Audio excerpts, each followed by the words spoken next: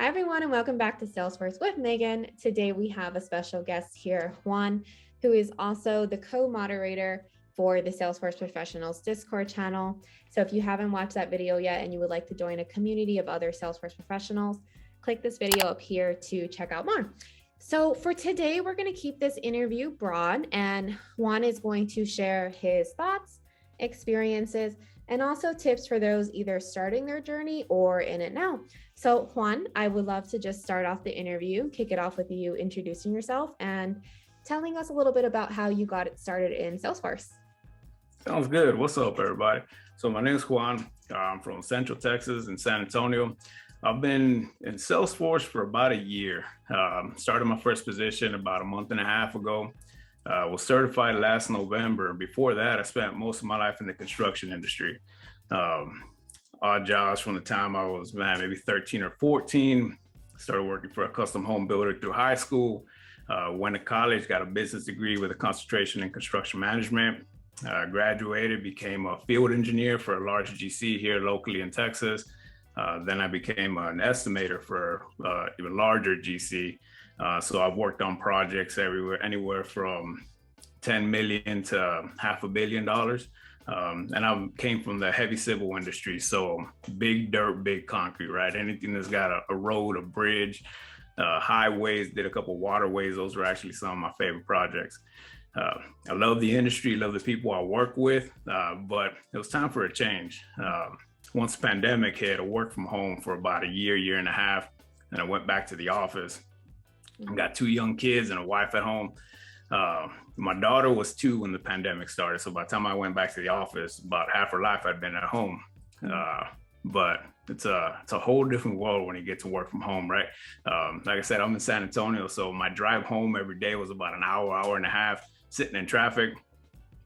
There's nothing like Texas traffic to piss you off enough to change your industry. And I found Salesforce. I had done a little bit of a lightweight CRM in the construction industry. I did the first super badge March last year, so about a year. And once I hit that first super badge, I was like, I can do this. Let's roll. Joined Talent Stacker program, went through that. I resigned from my last position in September of last year. It took me about 2.5 months of studying, got that certification, did a hands-on project, and started interviewing, did a whole bunch of that, and then got hired on in my first position. And here we are. I get to tell you all about Salesforce now. Juan and I both live in Texas, and when we say the Texas traffic is like something else, it is unlike something else. So totally understand that. So Juan, you mentioned that it took you about 2 months to get certified. For those that are studying for their first admin certification, what were some resources that you used, and kind of walk us through your study routine as well? So the very first resource is time. So like I mentioned, I was lucky enough to be able to resign. So I tried doing the nighttime studying, weekend studying at first. That doesn't work for me. Like I said, I got 2 kids, and my job was, I enjoyed it. I like what I did, but it's 7 to 5, right? So we're 7 to 5, maybe 7 to 6 on most days. Rarely weekends, but anybody in the construction industry knows that you do it because you love it. So man, you're looking at 50 to 60 hour weeks. By the time you're done, you're not really done, right? Because these projects run anywhere. When we bid them out, we're 2 to 4 weeks. It's tough. It takes a lot of time. So right off the bat, that's how I treated it. Set up a spreadsheet. I love spreadsheets. I love color coding and just setting my whole process up, right? So I set up a spreadsheet, brought it in, put in a whole bunch of conditional formatting, dates of when I wanted to get done, started putting in how many hours each module was. Went through it, basically went through a Pomodoro. I know you like doing that too. I figure out, do I want to do 20-minute chunks, 1-hour chunks, whatever it takes, set it up and just grind it out every single day. Treat it like it's a job, because it is, right? That's how you're going to get paid. Yeah. And so it was 5 to 6 weeks straight. I set aside a few days for the family, right? Go out and really do nothing. But aside from that, I was able to get it done. I mean, it's quick to me because I put in the time that it took. And that's the biggest thing. Aside from that, once you start getting into the tools, man, any basic computer that you can run that runs smoothly, you can run Salesforce on. I had Focus on Force was real big, and Quizlet. I didn't find that until the end of my studying, but I love Quizlet. Setting up the note cards on the computer, but then sticking them on the phone, right? So then when I was away from my computer, I was able to go through and start studying those note cards and get ready for the exam. Do your certification day. Do not skip that certification day, that cert day. And man, the discount, don't do it for the discount. Discount's $40, man. You spend that at, Whataburger on the weekend. Don't worry about the discount. Pay attention. Take the notes. Take as many notes as you can, and use that to study. Use that to figure out what else you need. And start looking for the proper YouTube channels, the ones that you can pay attention to and learn from, that you're good with their cadence, the way they speak. It's just there's a lot of good channels out there. Find the one that you can connect with and that you're actually going to be able to go through with. The biggest thing is give yourself time. I think time is super, super important. I know that we touched on like not everybody has the best time, but like if there is a certain time that you can take the material on the go and just have it on your phone and study, just making that time for yourself any time of the day that you can to get it really ingrained in your head what you're going to be doing for whatever exam is really important. So Juan, another question that I wanted to ask you was, why Salesforce? Like, I know you talked about your journey into Salesforce, but what was it about Salesforce that really made you say, I'm going to leave my previous role, I'm going to change completely, I'm going to start tech? Like, what was it about Salesforce for you? Being in the construction industry, heard about the tower going up in San Francisco, everything that was going on. Yeah. So when I heard it on the podcast and they start talking about, this is what you can do with Salesforce, these are the freedoms that you can have, and this is the need for people in Salesforce. And that was December 2020. I still remember because that's when I signed up for the Chohead at first, because at first, like I said, I had used a lightweight CRM in construction. My very first thought when I heard them talking about it, it's like, man, maybe I can use this in my current position. So I wanted something more powerful, and the company at the time was looking at replacements for the software. So I started looking into it. So I got on Trailhead then, and I didn't go through with it. Once I started seeing what the costs were and the value, and I was like, nah, this ain't, it was a pretty large company, so that means there'd have to be a shitload of people learning that software. I was like, the construction ain't ready for that. At least not our company was not ready for that. There's too many other projects I needed to get done first. So I forgot about it. Well, 2-3 months forgot about it, right? Then once I found out I was going back to the office, and I started thinking, what else can I do from home? Like I said, the construction industry, now you're starting to see some remote positions, not many, but you're starting to see some. So then I went somewhat hybrid, and I was like, no, I need something fully remote that I don't have to worry in the back of my mind. Am I eventually gonna have to go back to the office, right? What options are there for that? And then that thing came up again, right? We'll go back and look at Salesforce. And that's when I completed that first super badge in March. And that's when midsummer decided, this is what I'm gonna do. I got to do it full time. But that's how I ended up using Salesforce, because first off, I've always been on the technology side of things. I love learning new softwares. I love teaching people programs. I used to do a bunch of the lunch and learns.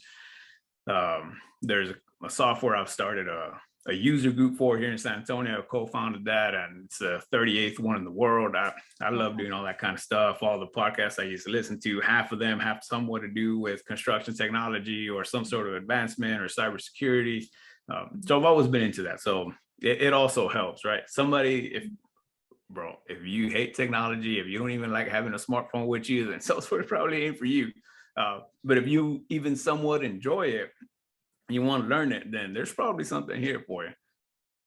I love your journey. And now everything just is kind of making sense, how obviously you loved your job, but you had a very key aspect into what you did, which was like the learning, the teaching. And I can see your journey really play out as to like why Salesforce eventually stuck with you. So you also talked about after getting your certification, and now we know, for the audience that are watching, your study routine and time being the most important thing. Can you run us through what you went through to get a job? How was that process for you? What didn't work? What would you recommend to others that are watching now?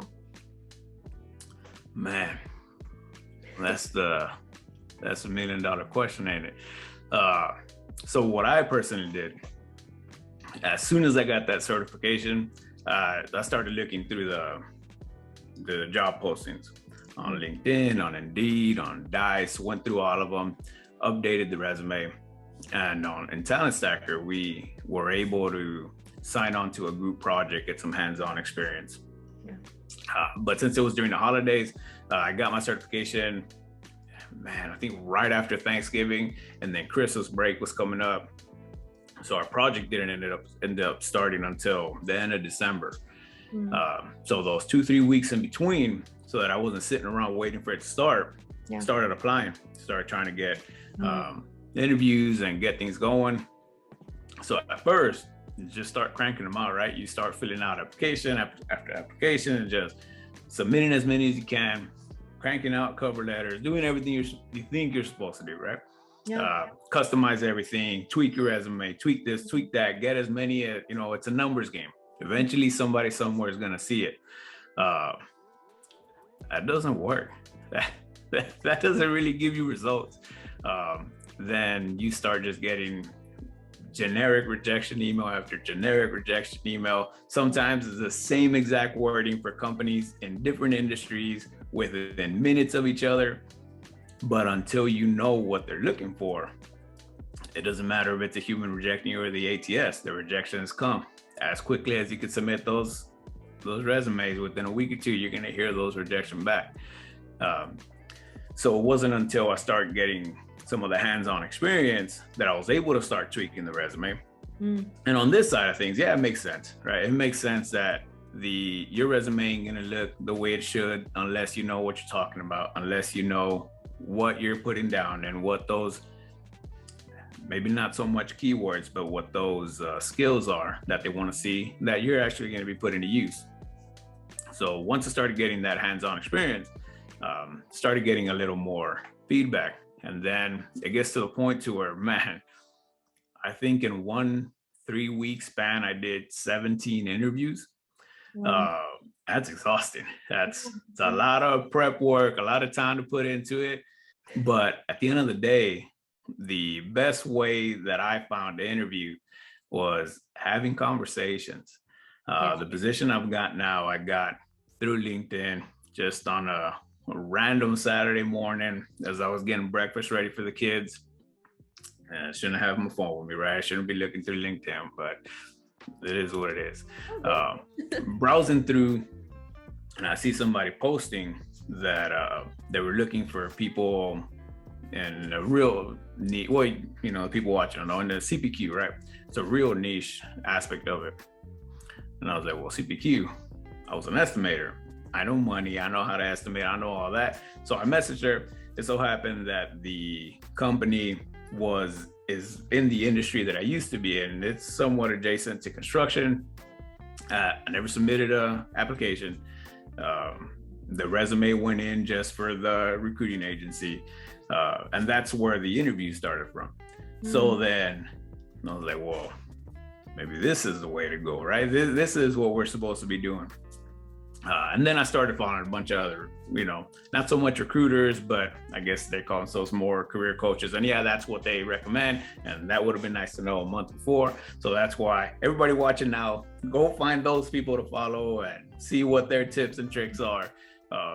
Build real relationships. Don't just start, and I did it too at the beginning. You want to get those 500 people on your LinkedIn and do it. That's fine.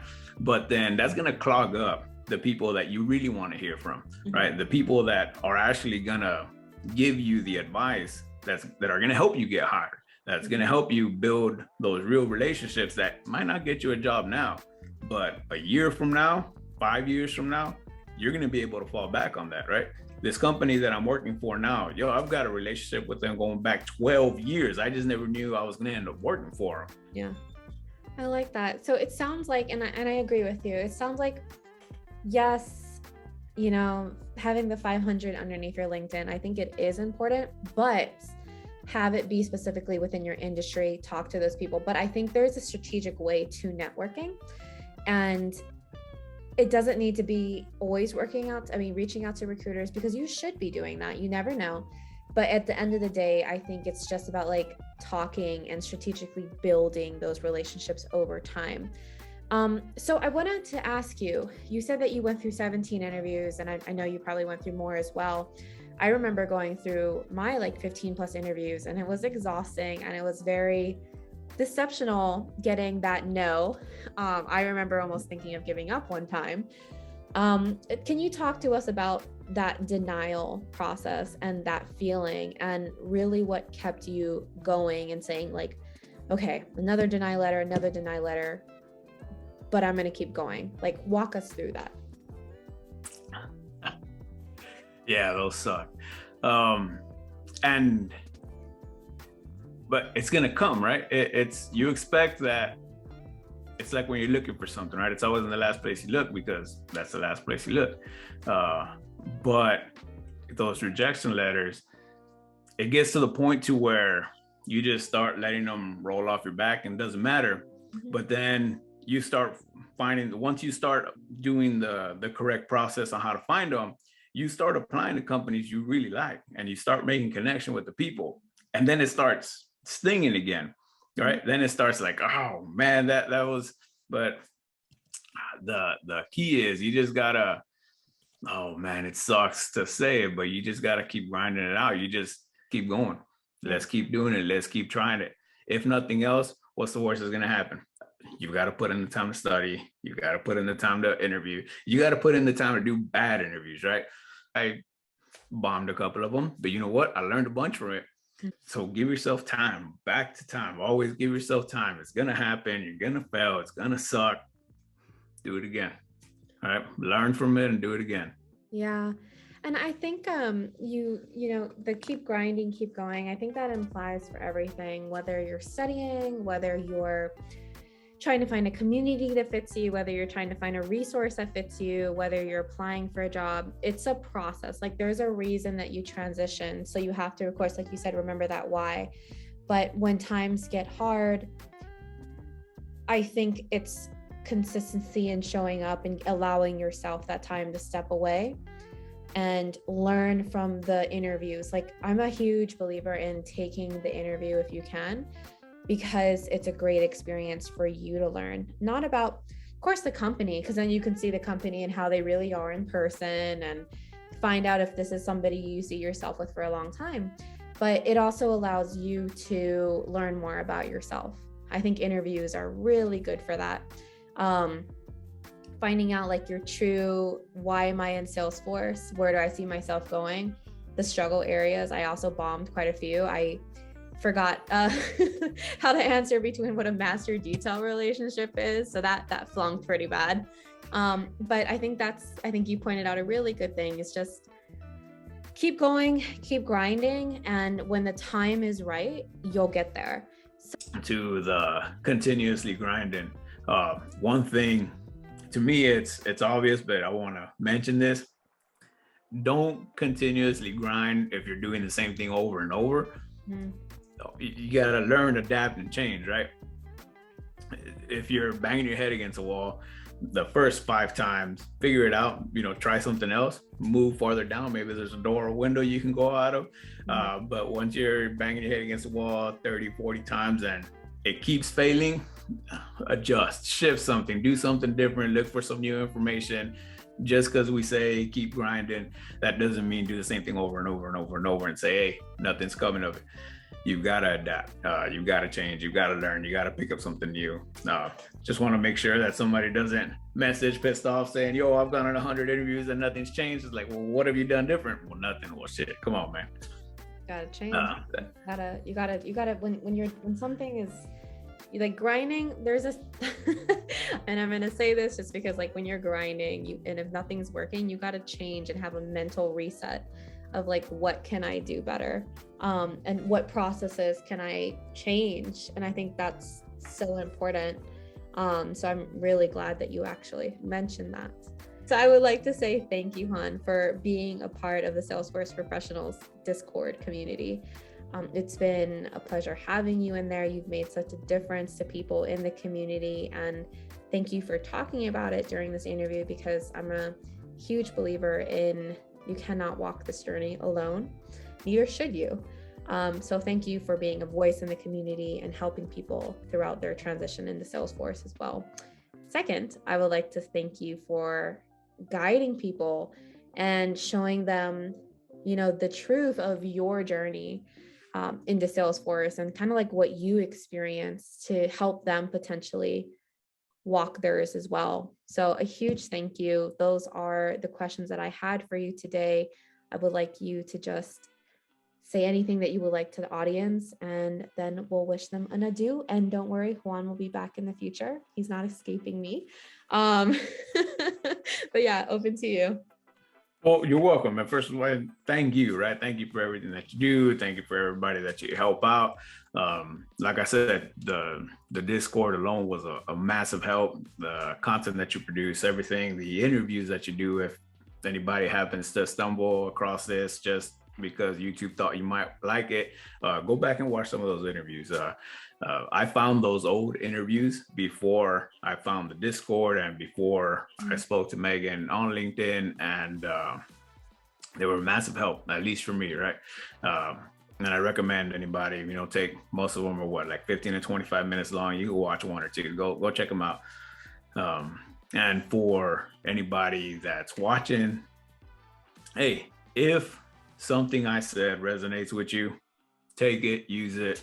I love that. If anything I said doesn't help you, ignore it, and one ear out the other. No big deal. There's lots of people in this industry, lots of people everywhere that you can listen to, take advice from. Take what helps, use it. Anything that doesn't, ignore it. If I can help y'all in any way, answer questions, you got issues, I might not have the answer, but if I do, I'll be more than happy to share. So reach out if you need it. Join the Discord. Reach out through there, through LinkedIn, however it is that you want to find us. Come on, we're here. Okay. Well, again, thank you everybody that is watching. If you do like this content, go ahead and give it the thumbs up, and don't forget to subscribe. And as Juan mentioned, you can check out other videos right here from this playlist. And Juan, again, thank you so much. And thank you everybody for watching, and we'll see you in the next one. Bye. Y'all have a good day. Yay.